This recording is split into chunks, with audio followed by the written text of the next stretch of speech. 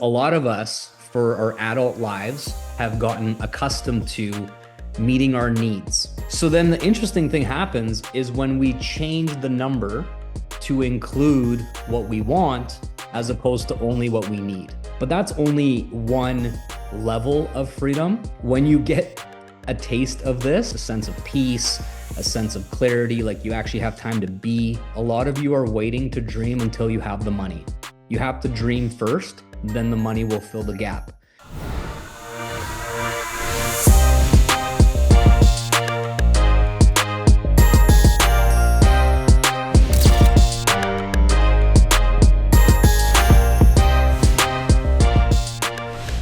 We have our brand new house manager starting today. It's really a next level piece of the puzzle for those of you who have families, have kids, have houses and homes and different things going on, or you want to go in that direction in the future. It is a major game changer to have someone essentially running your house on your behalf. It is insane. So when you think about your income goals, I want all of you to spend some time as your homework, as your task between now and the next call. That's kind of the topic for today that I wanted to start with is I want you to dream bigger much sooner. And I want you to take time doing research as if you had the money already, doing research as if you were earning 100 grand a month or more, and start to really solidify the allocation of your revenue, your profits, your commissions, your bonuses, your income, your investments, and start planning what would you do with, let's just say for simplicity's sake, about $100,000 a month? How much percentage of that 100 grand would go to different things? And what has helped me so much in my life is spending the money before I had it. And I don't mean it in a way that's reckless or foolish or wasting money, but really starting to be like, okay, well, I remember when I first moved out from home when I was 24 years old and I had $600 to my name, literally. My net worth, as embarrassing as that is, was 600 bucks. And then I found a roommate, and my rent to live with him, have my own bedroom, share like all the common kitchen, bathroom, share all that other stuff, was $600 a month. So I was like, yes, here's my net worth for 1 month of rent so I can start my life. That's where I started. And simultaneously, I paid my first month upfront. So I moved in, had $0, literally handed over my last 600 bucks. I had a little bit of clothes. I had a IKEA bed that I've had for like 10 years at that point, a mattress that was from IKEA that literally had this like valley where I slept. It was almost like I had armrests in my mattress because it was this, I slept in the exact same spot in the middle of my mattress every single night. It was insane. And then I remember thinking I got 30 days to figure this thing out until my next $600 rent is due. And it was like an acquaintance slash friend. I didn't want to, be a dick and say I don't have the money. I can't afford to pay my rent. And then, funny enough, my job was straight commission. So, like many of you in an adjunct, you only get paid if you make a sale. And if you don't make a sale, you don't make money. So for me, that was the very first experience in my life where I had 30 days. I had $600 as my minimum. That wasn't including food. That wasn't including cell phone. That wasn't including gas. That wasn't including, I think at the time I didn't even have my license because I was speeding and they took it away for a year. So I had to pay for the bus. And we have a thing around here called the Sky Train, which is basically like quite literally a Sky Train. It's like 20 feet off the ground around the city. So basically, I had no money for anything except for trying to hit the $600 in rent. Now, why do I bring this up? Because a lot of us, for our adult lives, have gotten accustomed to meeting our needs. If you have expenses right now, whatever the number is per month, I'm guessing most of you find a way every month to pay those bills. Am I right? Even when it sometimes feels like you may not halfway through the month. You're like, I don't know how I'm going to get it together this month. It's stressful. And most of you, I would imagine, have found a way to always meet those needs. Am I right? Put a one in the chat if you know what I'm talking about. So then the interesting thing happens is when we change the number to include what we want as opposed to only what we need. Isn't that fascinating? So imagine all of a sudden you pretended that your rent or your mortgage doubled and you had to come up with double the money by the end of the month. Or quite literally, that's kind of what's been happening with inflation since 2020. Like things have doubled, groceries have doubled, certain things are more expensive. And a lot of people are having a difficult time because they're hanging on to what they used to make from a hourly wage, a salary, a job, etc., into now this new inflated price. And the dollar, the purchasing power is dramatically decreasing. And that's why if you're paying attention to like gold and silver, they're going up, but they're really not going up in the way people think. The dollar is going down. So it's an interesting thing that's happening right now in the US and other parts of the world. It's quite fascinating when you look into it. So here's the thing that I want all of you guys to think about is if you do your research and you find out how much is, let's say, a housekeeper or a nanny, or in my case, a house manager, estate manager, how much do these things cost? Like if you get someone who's really awesome, who can take so many things off of your plate to give you back your freedom, give you back your time, then you now have to factor that into your income goals. Okay. So, like, for example, if your current expenses are 5 to 10,000 per month for just your family, where you live, your food, your shelter, your car, whatever, all your basic sort of reoccurring expenses, and that's actually your goal, then how are you going to get ahead? How are you going to buy back your time? You can't afford to. You can only basically afford to stay where you are. So all of a sudden, if you go, okay, my expenses are 10,000 as an example, or whatever the number is, but my must that I have to hit financially is 30,000. Now you have 10,000 going to savings and investments, 10,000 going towards outsourcing, hiring people to help you with stuff, and 10,000 towards your bills.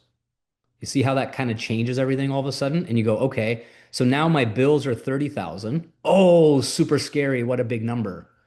But if you start focusing on that, what will happen is you'll fall short and you'll make 15,000. And you're like, oh, I suck because I barely reached 50% of my goal.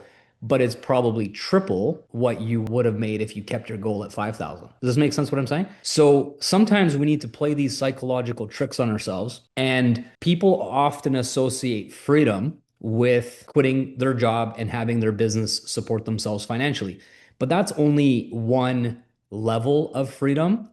And I've been at that level of freedom for over 10 years, and it's been really great. But then there's another level of freedom where now there's so much you have to do in a day. Like you got to cook, you got to clean, you got to load the dishwasher, unload the dishwasher, you got to take out the garbage, you got to do laundry. And a lot of you moms and wives, and if you have a traditional dynamic in your family, in your relationship, you'll relate to this. You're a mom, you're a wife, you're a housekeeper, you're a cook, you're a chef, you're a chauffeur, you're a freaking what are you not? It's actually insane. And I told my wife a long time ago when she was pregnant with my daughter, I said, "Listen, I know you can do it. It's not the point, but you don't have to do it.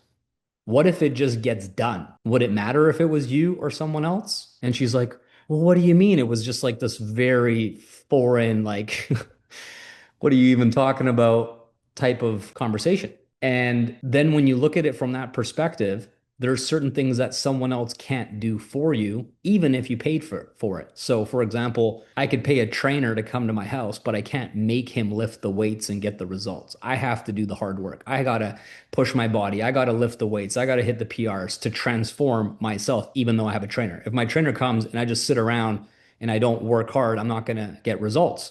So, we have to look at this fine line between what we must do and only we can do in different areas of our lives, and then what are all the things we can take off of our plates, and make this a goal of yours to truly, completely live like a lot of people will never have a chance to experience. And a house manager for us has been something we've had in the past, and different people didn't work out. We had to fire them, or they quit, or they got pregnant, or like just different things happened in their life where the job no longer made sense. But when we had it, it was literally like night and day. We operate our home like a five-star resort.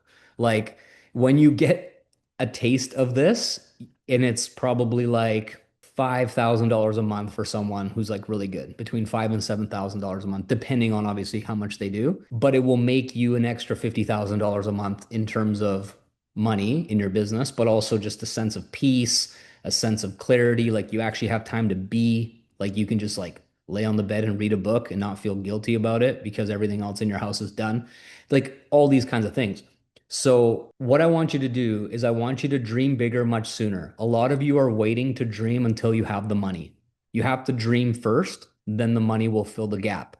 And so, if you want to travel a certain way, actually look into it. Go to these websites, like there's a really big problem with social media that I've noticed where people's expectations and the reality of how much that costs is way off because we see these influencers who travel in luxury, five-star, whatever, business class, first class, private jets, whatever it is on social media, we see this kind of content. And so people are like assuming that they can go on to some TripAdvisor or some kind of website, book themselves a holiday, and then it's like the jet, what's that one thing, the jet set holiday or whatever that budget ass ghetto shit is. I forget what it's called. I think it's called jet set holiday. Anyway, and then you get there and you're like, oh, the food sucks, the bed's not comfortable, the service isn't good. It's like, yeah, you book like the ghetto trip. Like you didn't book the $2,000 per night, like ultra luxury hotel that you saw on Instagram, but you expected that type of service and quality.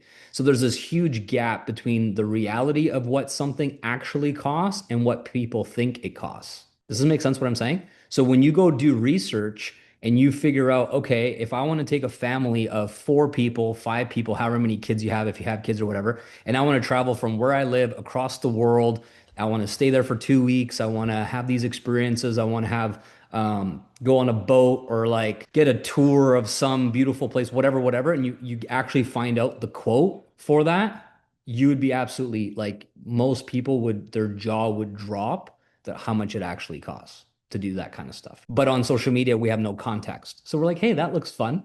And then it's like you get the tab or the invoice and you're like, oh my gosh, that's my annual income just on a trip. What? And it's kind of got this like sticker shock factor. So if you reverse it and you go, all right, here's where I want to live, this is what I want to do, this type of quality that I want to have, and you go find out, then it will give you such clarity and purpose to go and create that with an adject in your business. This is making sense for you guys. It's free for you to look. It's free for you to go to an open house when there's a mansion for sale in your town, in your city.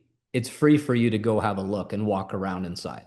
It's free for you to go to maybe if you're into cars, like I love cars and stuff, nice cars, but if you went to like a high-end car dealership, you can literally go in there and be like, let me see this model. They'll open it for you. You sit inside, you can turn it on, you can rev the engine, you can take it for a test drive. It's all free. But people don't do it because they don't think they're worthy of it. So you have to find a reason that you will earn more, and it has to be in alignment with more than just freedom or quality time with your family or these types of things, because that's not enough for you to go and make the big dollars. Is this making sense what I'm saying?